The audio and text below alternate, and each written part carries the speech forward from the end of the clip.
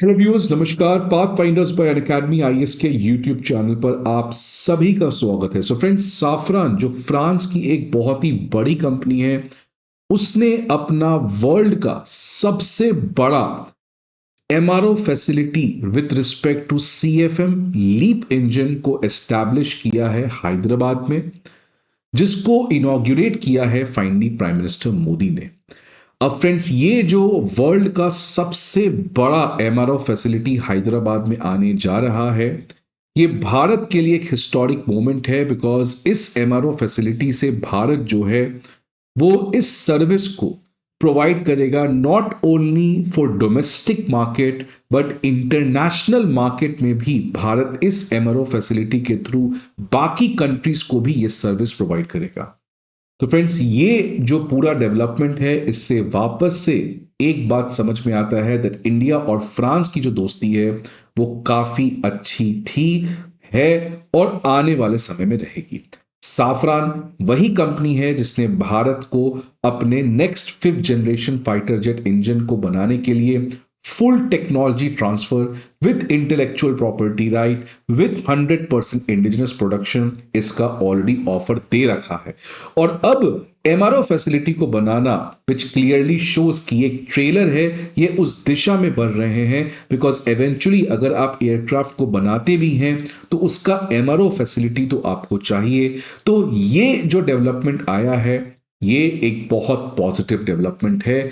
और एक और बहुत बड़ा डेवलपमेंट है इंडिया और फ्रांस के रिलेटेड, इसको भी आज इस सेशन में बात करेंगे, जो आर्म्ड फोर्सेस के लिए बहुत ही इंपॉर्टेंट है, which is very very important for Rafale fighter jet, क्योंकि उसका भी वर्ल्ड का पहला MRO facility outside France Bharat में खुलने जा रहा है।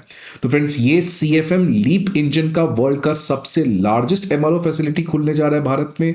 और दूसरा न्यूज जो आ रहा है सामने कि वर्ल्ड का पहला राफेल फाइटर जेट का जो एमआरओ फैसिलिटी है वो फ्रांस के बाहर भारत में खुलने जा रहा है।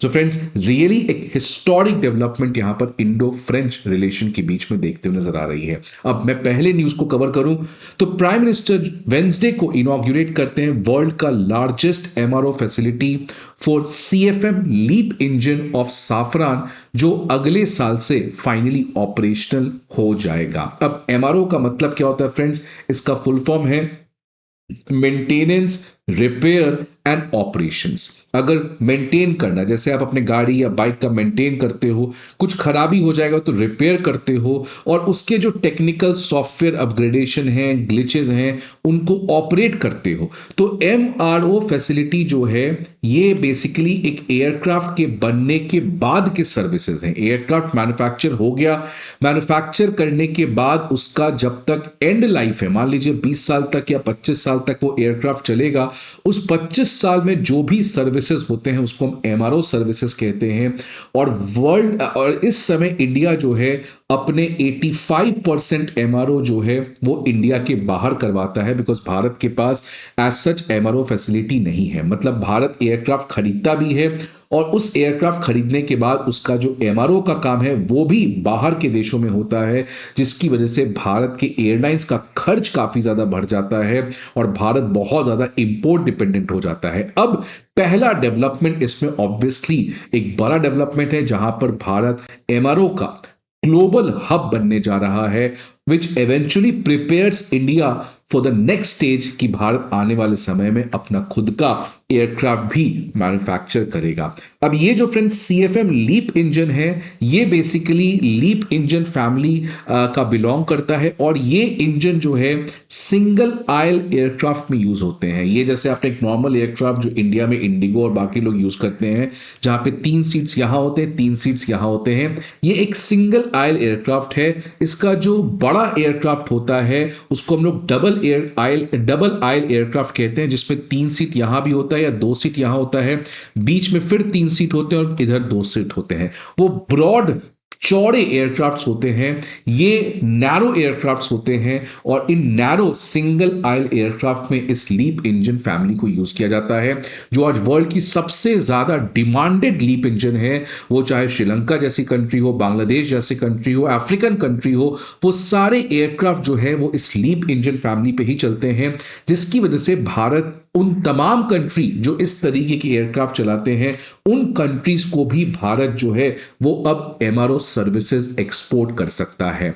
तो ये देख सकते हैं फ्रेंड्स, ये रहा लीप इंजन और इनॉग्रेशन का ये इमेज है CFM लीप 1A, जिसका इनॉग्रेशन अब यहां पर हुआ है। अब इसके अलावा एक और न्यूज मैं ये भी आपको बता देता हूं। ये न्यूज खासकर इंडियन एयरफोर्स और नेवी के लिए बहुत इंपॉर्टेंट है, बिकॉज इस एमआरओ फैसिलिटी जो हैदराबाद में आने जा रहा है, इसके अलावा एक और एमआरओ फैसिलिटी का ground breaking ceremony prime minister Modi ने पार्टिसिपेट किया। और ये तो बहुत ही खास है, बिकॉज साफरन का जो M88 इंजन है, जिसकी वजह से रफाल फाइटर जेट चलता है, इस M88 इंजन का पहला एमआरओ फैसिलिटी फ्रांस के बाहर वर्ल्ड में वो इंडिया में खुलने जा रहा है। तो मतलब दो back to back MRO facilities, एक वर्ल्ड का लार्जेस्ट और एक वर्ल्ड का first, which clearly shows that India is going to become the MRO hub. अब इन्वेस्टमेंट की बात करें तो जो CFM लीप इंजन MRO है, उसमें साफरन 2000 करोड़ इन्वेस्ट करेगी, और जो दूसरा M88 है रफाल फाइटर जेट वाला इंजन, उसमें साफरन 400 करोड़ इन्वेस्ट करेगी। और ये 2000 करोड़ के इन्वेस्टमेंट से इसकी जो कैपेसिटी है, लगभग 300 इंजन का MRO हर साल किया जा सकता है।